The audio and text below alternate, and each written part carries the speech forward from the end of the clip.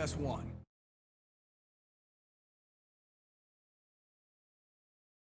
Always right, never wrong, undisputed. Fox Sports welcomes you to the following presentation of the National Football League.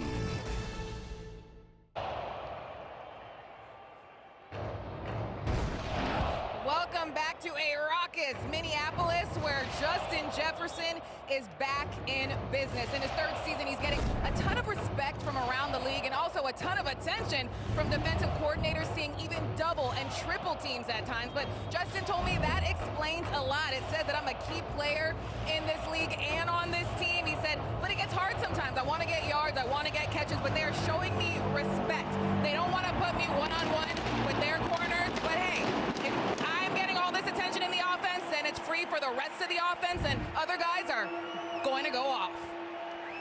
At KP, he was wearing an Adam Thielen t-shirt during warm-ups today, signifying his appreciation for his fellow receivers. Matt Eberflus and Kevin O'Connell meet in this matchup for the first time. It's the first time in the 123 meetings. It's a pair of debuting head coaches. Beautiful U.S. Bank Stadium. $1 billion in 2016, downtown Minneapolis, where the Vikings host the Bears this afternoon. Overcoming 2 penalties, they do have to settle for the field goal, but they get points. It's a really nice response drive, all things considered. I understand it's a field goal drive, but like you mentioned, coming out with the wrong personnel on the opening play of the game, and then overcoming a penalty there on the false start. What's up, Kurt? Hey, what you doing for the Verizon halftime show? Well, we got scores and the highlights, plus we're going to preview that big Cowboys-Rams. Wait a minute. What are you doing here? Oh. The players at the stadium, you're not? Yeah. Kevin, I'm coming! We'll see you at the half. Bye! Former Bear Greg Olsen on the call for America's Game of the Week with our friend Kevin Burkhardt. Aaron Andrews, Tom Rinaldi will have Cowboys and Rams this afternoon. A break for the Bears, and it will be Bears ball to start the second half as Minnesota will kick away. Fields led the touchdown drive to close the first half. First half stats brought to you by State Farm. A dominant Minnesota performance for most of the first 30 minutes. The Bears staying in this one in this key NFC North showdown. The first of 2 meetings between these 2 teams this year. They will close the season against one another in Chicago in Week 18. Justin Jefferson, the best first half in a long time for a Minnesota receiver with 10 grabs.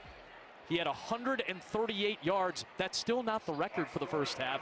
He had that in Week 1 against Green Bay. He has been open this entire first half, and Kirk Cousins isn't shy to get him the football. Mooney with the great catch, one of the highlights of the opening half. Vikings on top, 21-10 here in Minneapolis. This is the first time in 16 years that these 2 teams are meeting in Minneapolis before Thanksgiving weekend. This is typically a late season matchup in Minneapolis. We're getting it in October here, and 31 points on the board between these 2 divisional rivals. Vikings on top. We'll join you for the second half. The Bears will get the ball first. Right now, it's time for Kurt Menefee and the company, our Verizon halftime report.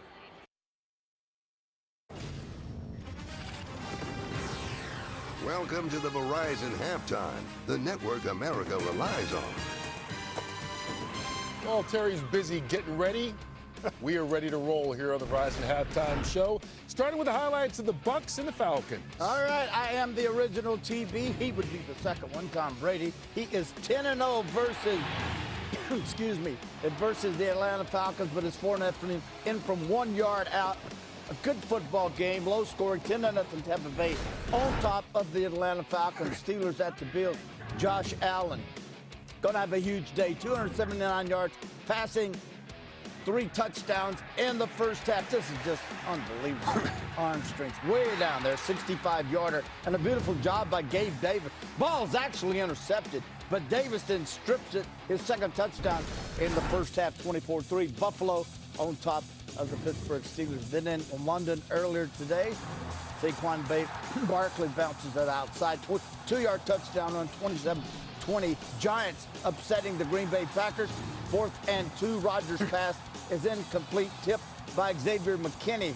In an upset, Michael? Yes. Yes, 27-22 New York. Giants are 4-1 right now. And other games going on. Vikings with a big lead over the Bears. Seattle and New Orleans in a battle, 17-13 right now. Look at New England all over the Lions, who have the #1 offense in the league. Browns and Chargers keep going back and forth. Tennessee has the lead at Washington, and the Jets holding on to Miami 19-7. One other game, all tied at 6, Jaguars and the Houston Texans. All right, at the conclusion of your game, Cooper Rush and the Dallas Cowboys will take on the Rams.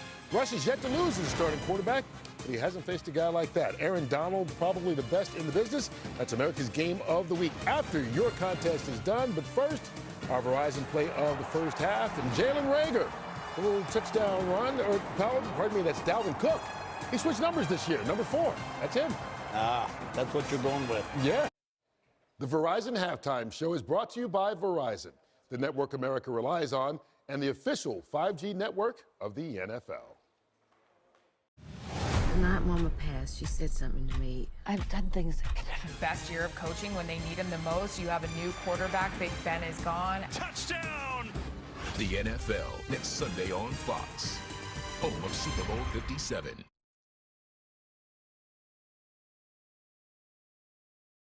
Later today, America's Game of the Week features the defending champion LA Rams looking to get back on track against the Dallas Cowboys, who come in riding a 3-game win streak. Don't miss the action. It's right here, only on Fox at 4 o'clock Eastern, 1 Pacific. Young Charlie Huizinga is in the maintenance phase of his battle with leukemia. Today he got the chance to rile up this crowd during the Skull chant, and he sounded the Yaller horn. His team's up 11 at halftime. Second half's coming up. This broadcast is copyrighted by NFL Productions for the private use of our audience. Any other use of this broadcast or any pictures, descriptions, or accounts of the game without the consent of NFL Productions is prohibited.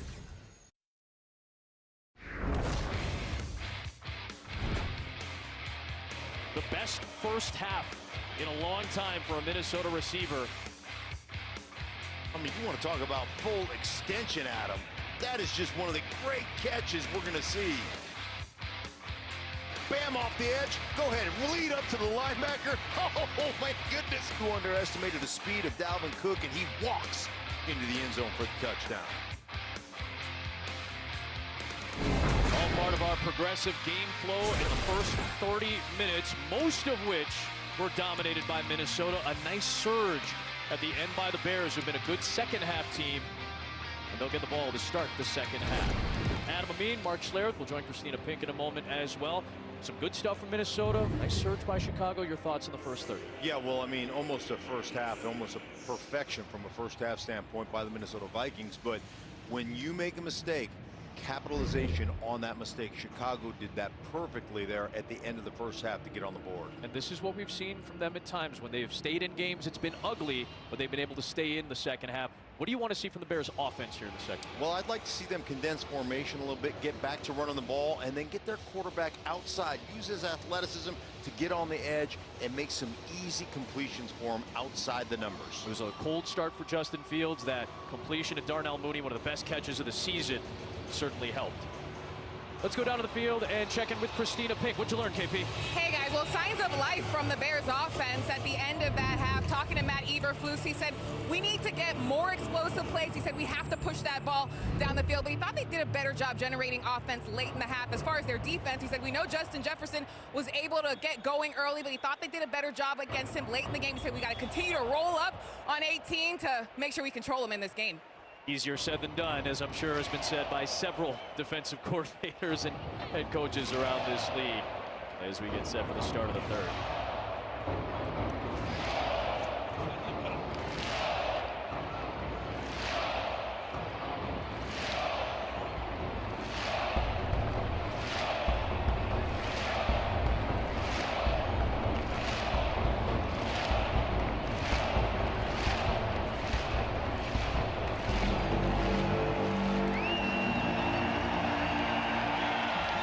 The sound of the yellow horn signifies the start of the half. Horn translates fairly easily to yelling horn. We learned this weekend. No, you learned that. You don't. What, you got a mouse in your pocket? I didn't learn that until just now. Fun to start this drive. Let's go down to Christina Pink. Hey, Adam. Well, Kirk Cousins had one of the best first halves you will see from a quarterback. Kevin O'Connell said to me, really? I didn't notice. He's so locked into this game, but he did start at 17 for 17. Coach telling me it's just the decision-making and the timing. He said they were able to get going from the outside. That opened things up over the middle. He said gave them some softer coverages, but they still need to get hits in their running game to open things up for their offense, guys. And the Vikings, right? Same deal. Game of inches. The first 4 games right out of the gate last year. +2 in differential, but they went 1-3 in those games that were decided in the final couple minutes.